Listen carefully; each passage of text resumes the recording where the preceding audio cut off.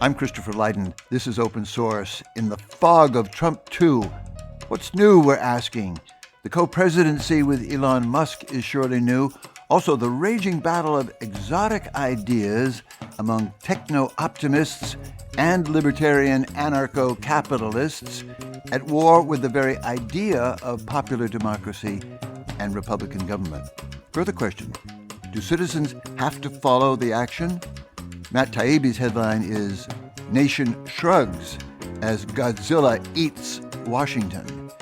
Here at Open Source, in the first month of the Trump sequel, we're hovering in that fog with two young historians of American finance, technology, and politics, and comparing clues about the future that's under construction. Ben Tarnoff, get us started. You've been our reporter in some depth over the years on Silicon Valley, where so many of the players and ideas in Trump 2 got launched, but it feels like a new Silicon Valley that's come to Washington. Does it not? Well, there are so many ways into thinking about the new Trump administration. And one way to think about it is what's different from the last time. This time around, a number of figures from Silicon Valley have come together to back Trump in a much more outspoken way, in a much stronger way. And of course, the so-called co-president of Elon Musk is also a creature of the tech industry to some extent and looms extremely large these days in the new Trump administration. So tech plays a role these days that it didn't in the last Trump term and increasingly has become integral to thinking about what Trumpism looks like now. You've been writing about the workplace, the economics, the unionization and not that kind of issue in the California story. Where do you find those issues coming up in the new Trump version? I think something that has puzzled people a bit who have been kind of casual observers of Silicon Valley from a distance is the assumption that the industry in the region is basically liberal. So how did we suddenly get all of these figures with, in the case of Musk, quite overtly far-right politics playing a major role at the highest levels of the new Trump administration? In the Silicon Valley, we remember it was the campaign bank, in effect, for Barack Obama, a nice place to go and visit, enormously rich in campaign contributions, but not at the scale of today. Suddenly, it's a intellectual bank. It's a source of major appointments and unbelievable influence in that whole generation of the PayPal mafia. It's something quite different. There is obviously a major division here between the Silicon Valley of the 1990s that you're describing and the 2000s, associated with the Democratic Party, with Clintonism, with Obamaism, where particularly under Obama, the industry enjoys very close relations with the White House. Yep. Now, on the whole, the tech industry, and in particular the tech leadership class, remains allied with the Democratic Party. But there has been an emerging and growing current of right-wing politics as embodied in particular by a number of venture capitalists that have come out in support of Trump. This right-wing political formation didn't come out of nowhere. There has been a long history of reactionary thought within Silicon Valley, dating back arguably to the inception of the region. William Shockley, who founds the first semiconductor company in the mid-1950s, which is what gives Silicon Valley its name, was a notorious racist and eugenicist. And we can find other precedents from far-right to moderate-right politics within the Valley, up until the present. That's my cue to introduce Quinn Slobodian here at the Party School at Boston University.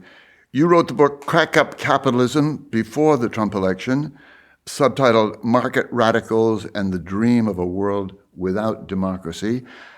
Take a quick stab at the theoretical arguments at stake here in the new world. If you look at the startup culture of the early 2000s, this was really enthroned by Democrat and Republican alike as the place where all the solutions for society's problems was going to emerge, right?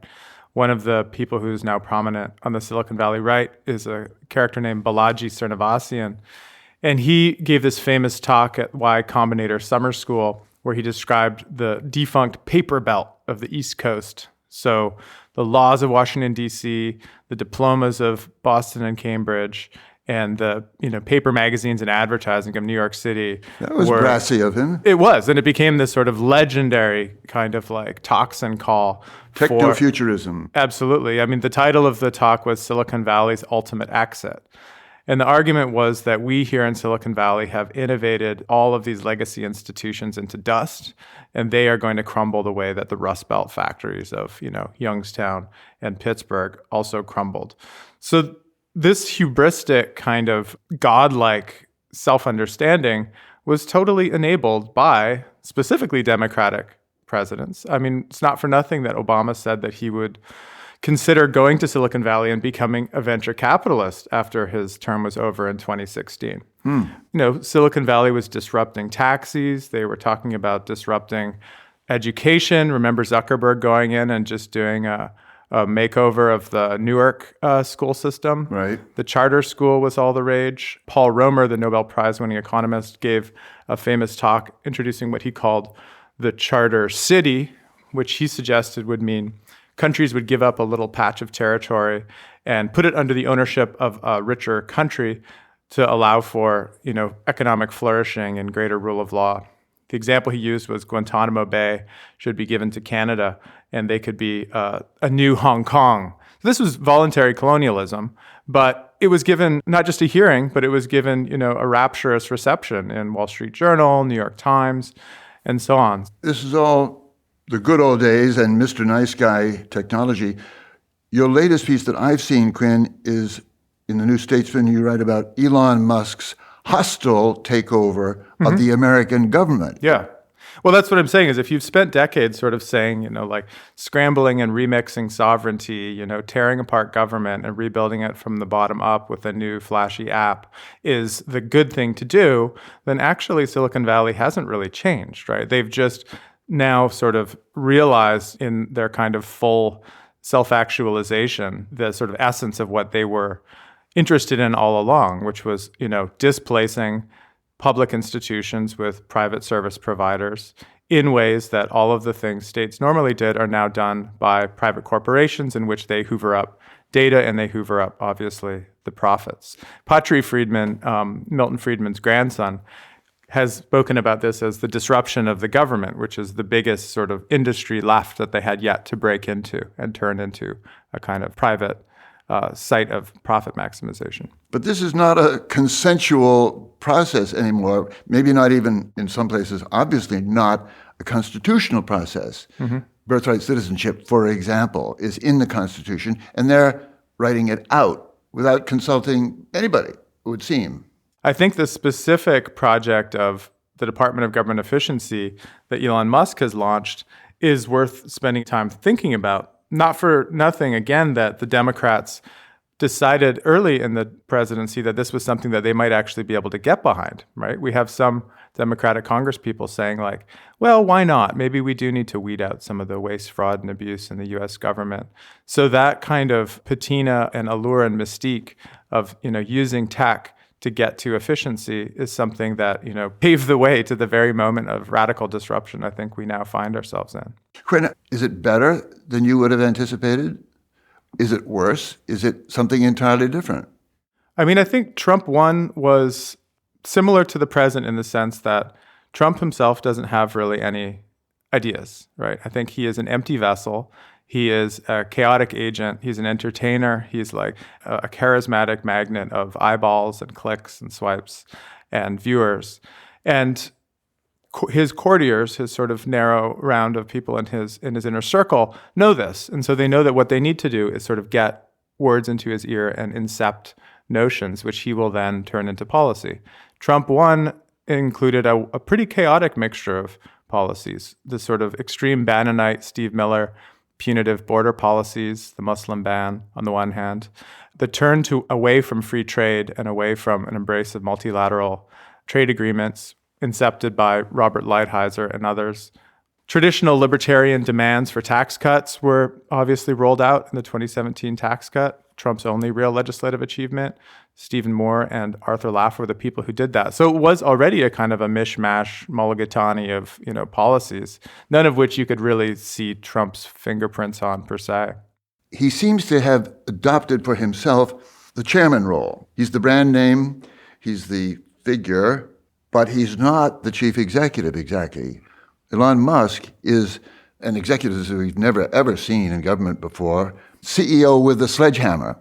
I think it's helpful to think about Trump and Musk as not as aberrations, but as symptoms, as people who were produced by certain modes of political economy from decade to decade and are in certain ways the natural products of a certain way of making money that has been incentivized by the economy. So Trump went from, trying to be a developer, failing at it, serially, going bankrupt several times despite generous federal subsidies, to landing on an idea which was much better, which is he basically just sells the license to his brand name. So hotels around the world can put the name Trump on him, pay him, royalties and residuals. And that's an intellectual property form of patronage that he's now able to leverage.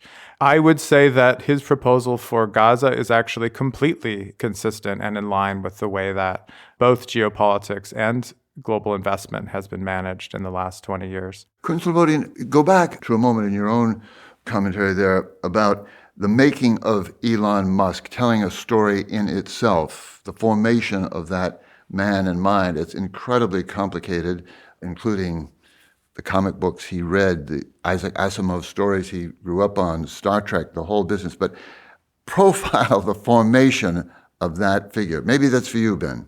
Musk, in many ways, is the perfect partner for Trump because for all of their obvious differences, there is something quite similar about them. They both are creatures of impulse and instinct. They're both difficult to analyze and write about. The question of their motivations is very tricky. When Elon Musk bought Twitter, everyone wanted to know, why did he buy Twitter? And it's kind of this unanswerable question, similarly to the question of what does Trump want? What is his vision for governance? It's a misleading way of framing the question. I think both of these guys are filled with kind of quite chaotic desires. There are ideological elements to how they think, but at the end of the day, they're very short-termist and reactive. That's a long way of saying that there are many pieces that have made Musk. He is on the one hand a successful internet entrepreneur. On the other hand, someone who took those winnings and put them into what at the time seemed very improbable business bets of a rocket company and a car company. Yep. When all of his peers were going off to start more websites or venture capital firms, he picks some of the hardest and the most hardware-focused, if you like, sectors that you could get into. And in those fields becomes essentially a Fordist figure. Fordist meaning Henry. That's right. So what really distinguishes Musk and what is the root of his talent, we could say, is as an optimizer of industrial processes. This is how he makes SpaceX and Tesla successful, by stalking the factory floor, by deleting. Delete is one of his favorite managerial words, deleting anything that he considers wasteful, and really stripping the machine down to the absolute minimum, and then putting back what you think you might need. So this is how he has, against the odds, created a successful electric car company, and in the form of SpaceX, transformed the economics of the launch industry in a way that has allowed him to outcompete less efficient rivals like Boeing and become not just a major government contractor, but has essentially replaced NASA for launch operations. The funny part for me is until pretty recently, I thought he was just the world's greatest engineer. Turns out he's not really an engineer at all. He's an entrepreneur, he's a publicist, he's an investor, he's a gatherer of attention and interest to a fare-thee-well, and then a bold mover. But there, I'd seen these videos of his Tesla factories, perfectly clean, orderly, almost people-less factories, and you thought, oh my God, he planned that. Well, he didn't.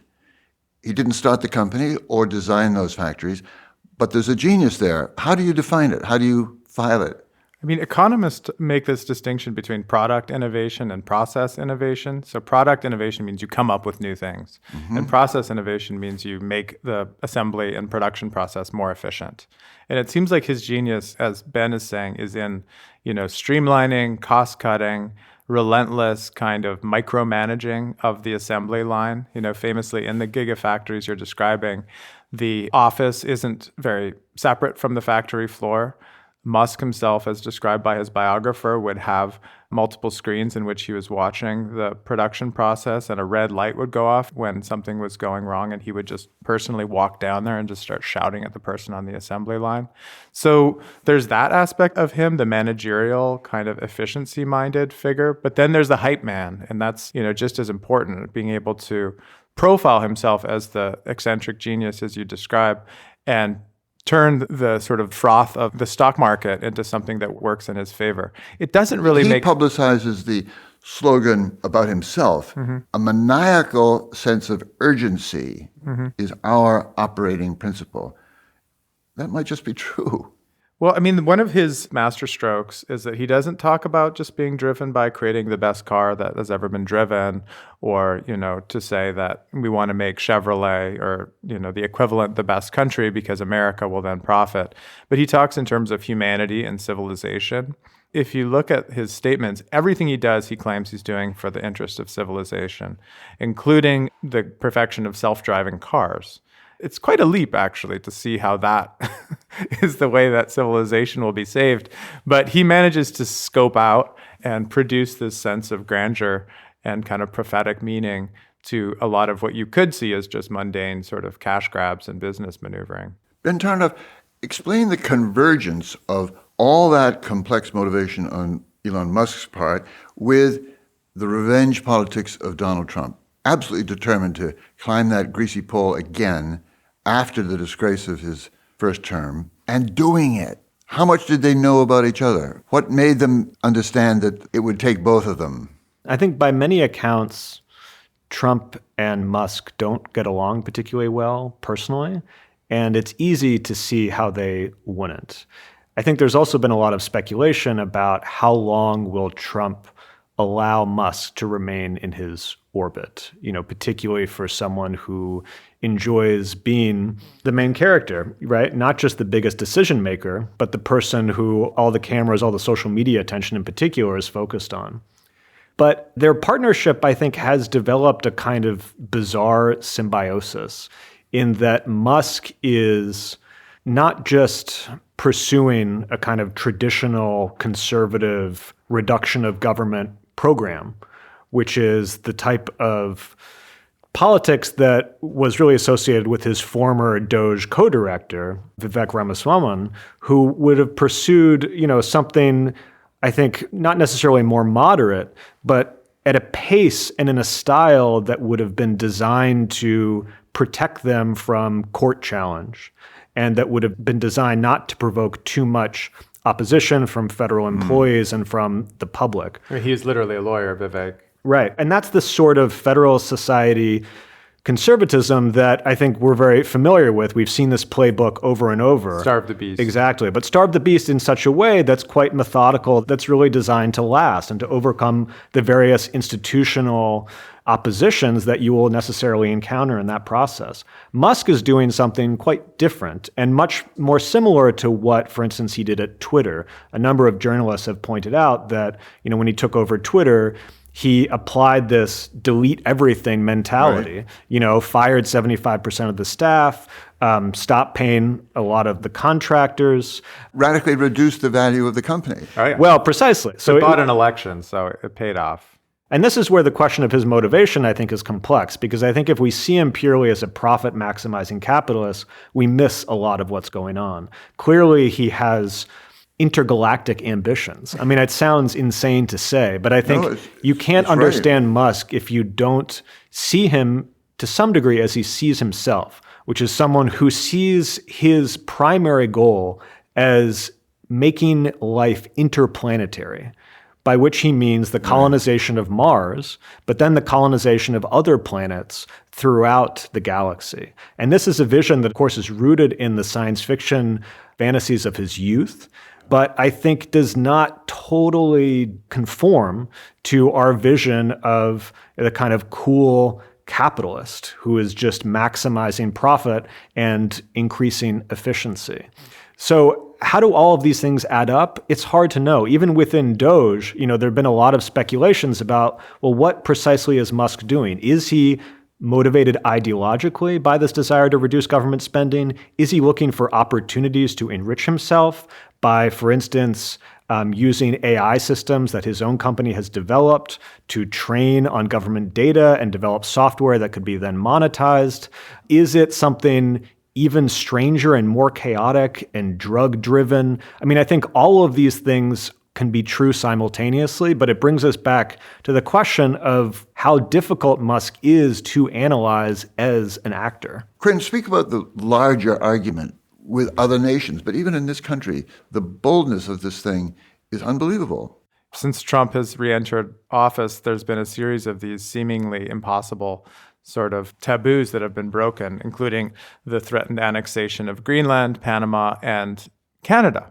These are statements that would never have been made before, and there is a kind of possibility of radical geopolitical experiments, this idea of, annexation, expansion, and resettlement and recolonization. For someone like Musk, that's very inspiring, obviously, because he lives in a world of video games and science fiction where similarly the sovereignties are not set. They're constantly being reimagined. They're either in the very deep past or the very deep future. I don't know exactly where he thinks he is at given times. I mean, not only because he's a known ketamine user and that produces a sense of atemporal kind of drift and flux. By the way, what does Dungeons and Dragons, video games, deep in Musk's personal history, have to do with any of this? Yeah, I mean, Ben had a great take on this in his review of the Isaacson bio, which was that, a kind of young, bullied, and abused Elon Musk was able to kind of find spaces of control and dominance inside of sort of strategic tabletop gaming exercises and pastimes, which then, of course, with the arrival of the personal computer, were computerized and now are these sort of massive multiplayer online games that he's often part of. His favorite style of game is called dungeon crawling. And here I should actually probably defer to Ben because he's the gamer among us. So I'd say there's a couple features of this type of video game that are worth pointing out. One is that you are the hero in a hostile environment. You are surrounded by monsters who want to destroy you. In Musk's mind, these are folks who have been infected with the woke mind virus. But in any case, in Diablo 4 or one of these other video games, they could be orcs, trolls, evil wizards, and so forth. And as you progress throughout the game, you increase your strength such that you can face these monsters and perhaps face monsters that formerly killed you. Now you can kill them. He is so obsessed with this that not only does he spend a huge amount of time streaming himself doing it, but he's also, is now clear, paid people to kind of play for him and juke the stats so that it looks like he's doing much better than he actually is. Now, take a moment and reflect on this. A man worth $500 billion, by far the richest man in the world at present, is devoting large chunks of his day to, smashing on a controller and trying to kill orcs. And cheating as necessary. And still cheating at it. I mean, if, you need to come to terms with that level of, internal pathology, I think, to understand what's driving him. So I don't want to psychologize Musk too much, but we could speculate that there's something quite simplifying about this way of looking at the world, to see it as a set of discrete missions where you're constantly powering up in order to get stronger and stronger.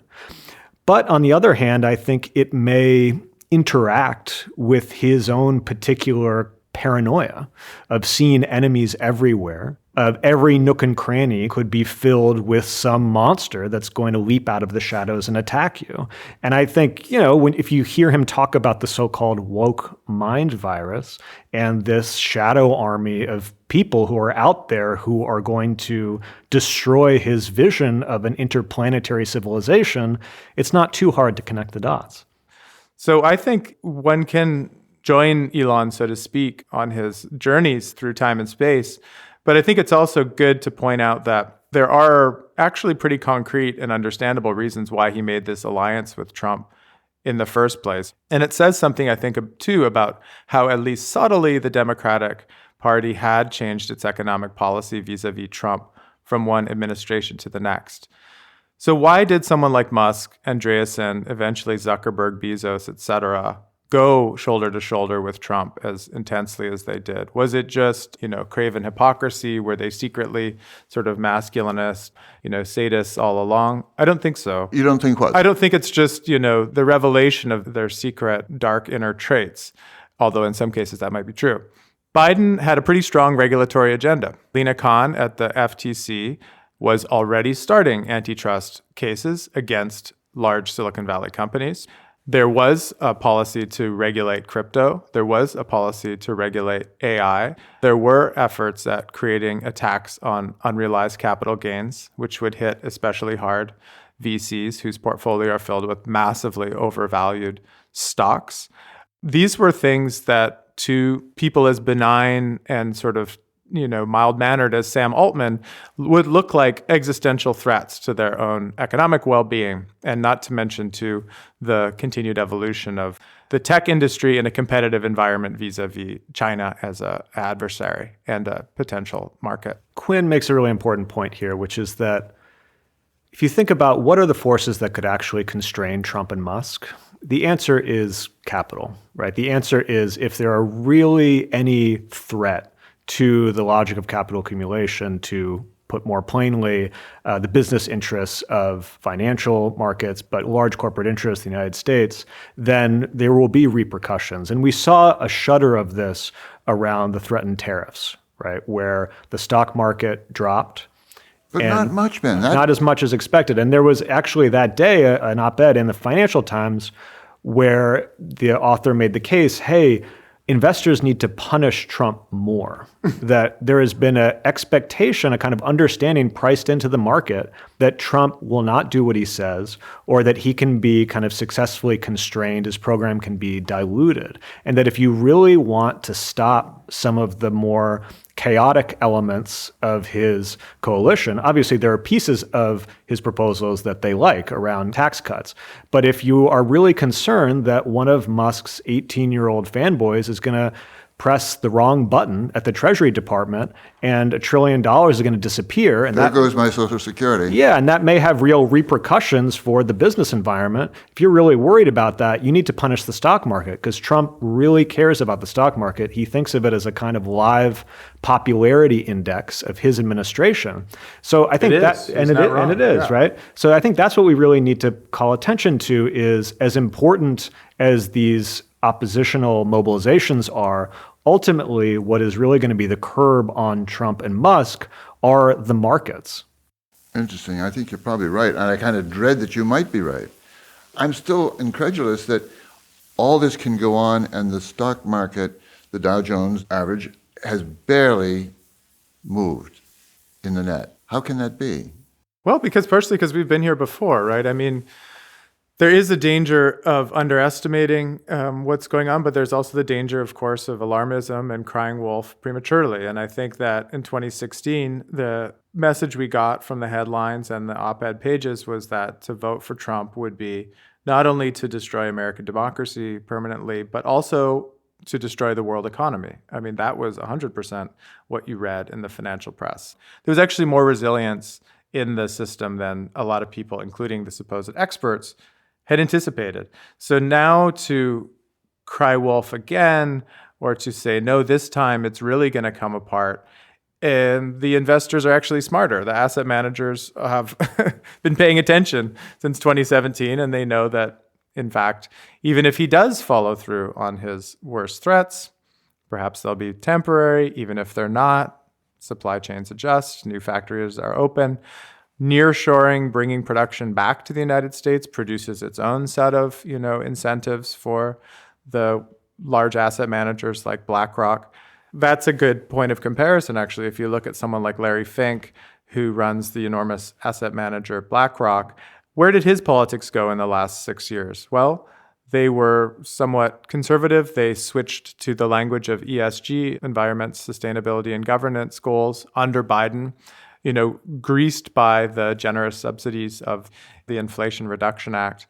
And then they've now switched back again, dropping all of these claims of working in the name of climate. So that's normally how big capitalists operate.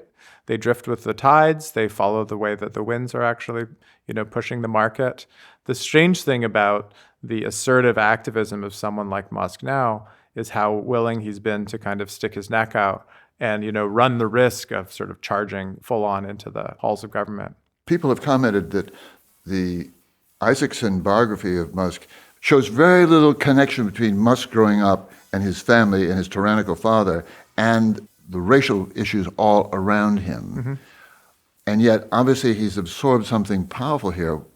Where do we look for expressions of it? I mean, his Twitter feed is one place you can look. If you don't spend time sort of scrolling through the things that he reposts, you'd be startled by what you see there. I mean, it's not mildly, for example, it's not mildly right-wing sort of memes and posts. It's extremely far-right memes and posts. For example, recently, he reposted something about the fact that now supposedly there are more race laws in South Africa than during apartheid. Posting that with, of course, his usual statement, wow. So tacitly sort of supporting it without actually, coming out and saying it. When he spoke digitally next to the far-right leader Alice Weidel, he said that, Germany is a nation that has existed for thousands of years, and they shouldn't let it be taken away by multiculturalism that, turns everyone into the same kind of people, that they need to stand up for their nation. These are not moderately conservative or center-right positions. This is actually the language of, for one thing, nationalist fantasy. The German nation has not existed for thousands of years. And the idea that multiculturalism dilutes and waters down a society is not something that actually most Germans or most non-members of the far right would agree with. So many new gurus out there, and what at first blush are bizarre theories of the world. Curtis Yarvin, for example, wants an American Caesar. Which of the intellectual arguments do you take seriously? Should we all be studying up on? Well, I think we do need to follow this stuff, because if you even want to make sense of what's happening with Doge, there's at least three currents. I mean, one we've talked about, which is the kind of startup culture that Musk was using when he took over Twitter. Go in and unplug things until everything stops working. And until that happens, then you're actually saving a lot of money. So that's the kind of sleek efficiency understanding of running the government like a corporation, which is attractive also to many Democrats and has been for decades. The second one is this sort of starve the beast vision of making a government so small you could drown it in a bathtub, attributed to Grover Norquist. And this is a conservative vision of the state as just the expression of special interest groups, minorities especially, that has been used as an apparatus to roll out liberal policies, not only of welfareism, but also of affirmative action. To conservatives on the right, this is something that is designed to strangle cultural particularity, tradition, religion, the precious little dictatorships of the patriarchal family. All of these things are under assault. And so you need to shackle the state and break it up permanently to make sure that it doesn't try to govern extensively instead of just intensively. But the third, more radical strain of thinking that you allude to is what has been called neo-reaction or dark enlightenment, or in some cases, right-wing accelerationism.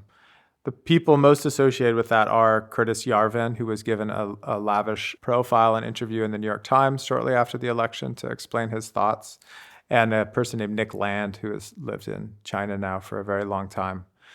Their vision, if you take it at its word, would be, you don't just do Doge, you don't just invade these federal buildings to, streamline deliverables or to, stop the nanny state from getting involved in questions of abortion and public education, but you actually want to crack it up altogether and permanently destroy the government. Why? Because the neo-reactionary vision that Yarvin outlines at great length across the years is of a world of sort of shattered polities and shattered sovereignties, not unlike the Middle Ages, in which you have sort of fortified compounds that are sort of techno-monarchies that would be still connected by, fiber optic cable and vertical takeoff and landing taxis and all of those parts of the future, but in which representative government and democracy and central government has been dissolved altogether. So that is something that he has elaborated on at length. Balaji Srinivasan, the venture capitalist come political theorist and geographer, wrote a book called The Network State, devoted to this idea. And it has been attempted to be realized in bits and pieces. So the California Forever effort in Solana County near San Francisco. Elon Musk is incorporating the town of Starbase as his own town soon and writing his own laws. There's a place called Prospera in Honduras that has pretty advanced effort at creating a kind of blank slate private city that could arguably serve as a kind of prototype to replace large-scale democratic nation states. So that idea is out there. It's certainly been talked about a lot.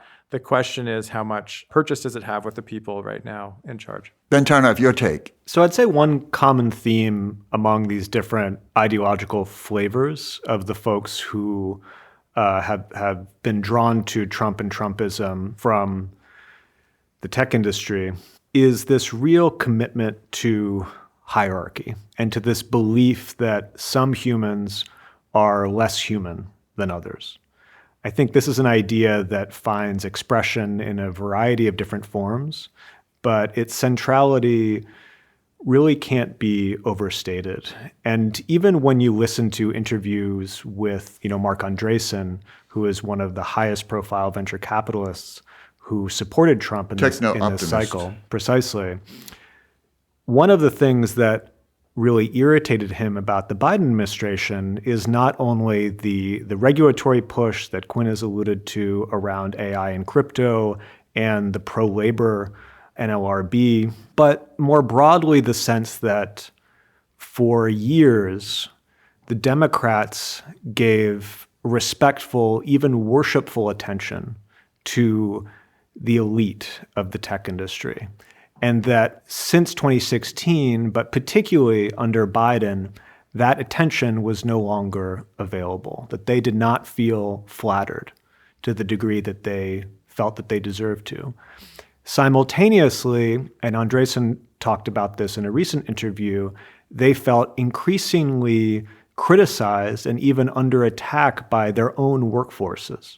Tech workers during the first Trump administration organized a number of collective actions to demand the leaders of their companies not cooperate with the Trump administration, and in some cases successfully got some contracts canceled. This also made Andreessen and other figures in his circle furious. The notion that their own workers could interfere with their prerogatives of making investment and production decisions in the firm. So there are a lot of paths to it, but I think all of these point back to this belief that some people deserve to lead, some people deserve to hold power, and others simply don't. And there's a kind of fury that's provoked when those who should be the ones who are being dominated, who are being told what to do, have the temerity to organize, or at minimum, to criticize. Because in fact, much of what these guys is upset about is not some vast labor movement or a socialist opposition. It's just the fact that they're being criticized. To whom, Ben, am I giving up the authority to decide who deserves the top slice? A focus on quantitatively defined intelligence, and in particular the obsession around IQ, has been a major feature of the right in general, but in particular the tech right, that they believe because they possess these superior qualities that they are born to rule. They see their enemies as a kind of inchoate mass of people who have been infected by the woke mind virus. Alex Karp, the CEO of Palantir, said not too long ago that he saw wokeism was the primary threat to civilization, Bill Ackman and Andreessen, who have ties to Harvard for different reasons, think that young undergraduates are being taught that capitalism is evil, that America is built on slavery, which it was, that racism and sexism are still pervasive in our society, which they are, and that all these things are leading them to become a kind of like a shadow army that at some point, in some indeterminate future, will, I suppose, come and dispossess the meritocratic elite that, fought their way tooth and nail to the position they found themselves in. So they have a disproportionate but very real fear that there is a mass movement sort of lurking in the background that, Biden or someone similar could shoot the starting gun for, and there could be a mass insurrection. The 2020 protests, the movement for Black Lives, the George Floyd protests, were the largest street protests in American history. So they haven't quite invented this, but they've perhaps overestimated, the amount of organization at the ground level and the kind of blueprint that people have in their inchoate anger at the inequalities that exist. There's no real blueprint yet to turn that into a real institutional alternative to their form of rule. Both of you qualify as historians in my book. How did you, in particular, Quinn, become a Muskologist? Well, the book that I wrote a couple of years ago, Crack Up Capitalism, does kind of have this trajectory where it moves from people imagining forms of exit or escape that could be territorial, creating a new small private city or a charter city, to attempts to sort of create digital sovereignties. So Balaji Srinivasan is someone who imagined a kind of cloud country where people would form kind of affiliation groups online, and then in time that could do what he calls a reverse diaspora and kind of come down to earth and buy a patch of territory somewhere and form these voluntary relationships. So I've been thinking for a while about how, the digital world has both spawned ideas of deterritorialization, moving out of the material limits, but then also dreams of bringing that back down to earth and like scrambling sovereignties when it touched down. And Musk is someone who lives uneasily in that world of kind of techno-libertarianism. I think I became interested in him as an intellectual figure because on the one hand, he embraces a language of the cloud, but then, as we've discussed, it was precisely his return to kind of hardware and, stuff that both made his fortune and I think also granted him a kind of legitimacy that has never been granted to someone like Zuckerberg or Page or Brin, no matter how much money they've made.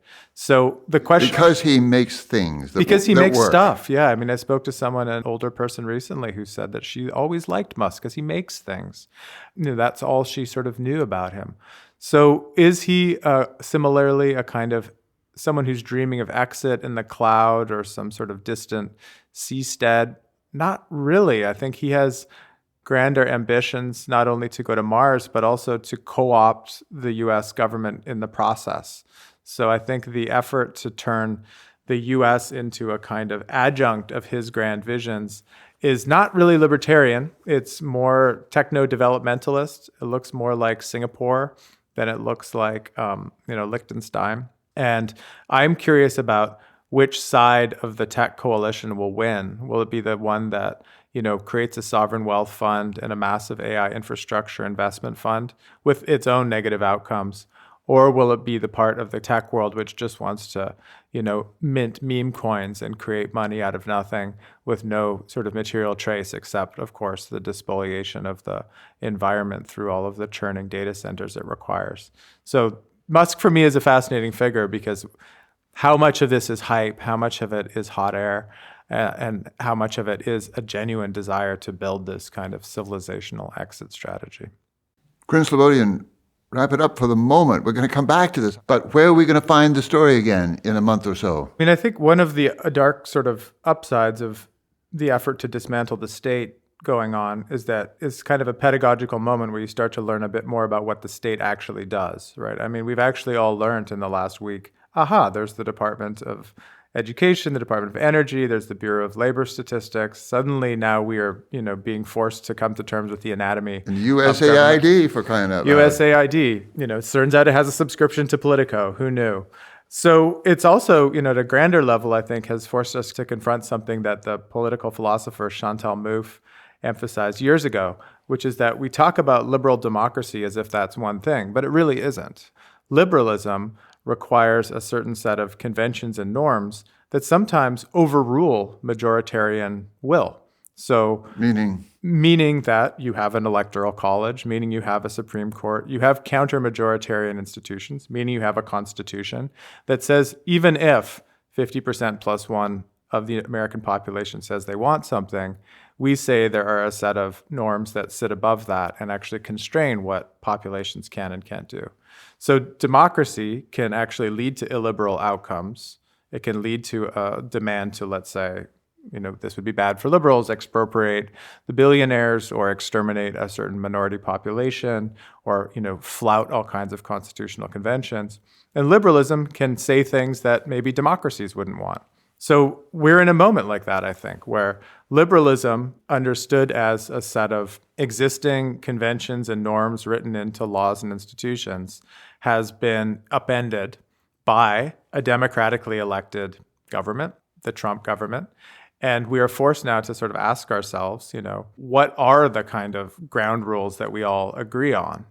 What does democracy mean besides just winning an election? Does it mean like building out a more robust civic culture where different opinions can be hashed out and aired? Hence why I think the question of the evacuation of the media environment and the journalism world has been a central way that we've lost democracy in this country, because, democracy is more than just casting a ballot. It's about having a civil society. We need to think about this not only in terms of, fighting for the death for liberalism and for those guardrails, but restoring actual democracy in this country so that there can be sort of antibodies and like an alternative vision of what the country is that will hopefully, given a next election, be the one that comes out on top. Hold it there on the understanding that we're going to come back to this sooner than later, with immense thanks to both of you. Quinn Slobodian, here at the Party School at Boston University, professor of international history, and our friend Ben Tarnoff, magazine journalist who has lived and written a lot of this story, actually, before it happened, back home in Silicon Valley. Thank you both, and let's do it again soon. Thank you, Chris. Thank you. Ben Tarnoff and Quinn Slobodian were both ahead of the game in book form. Ben wrote Internet for the People, The Fight for Our Digital Future. That was 3 years ago.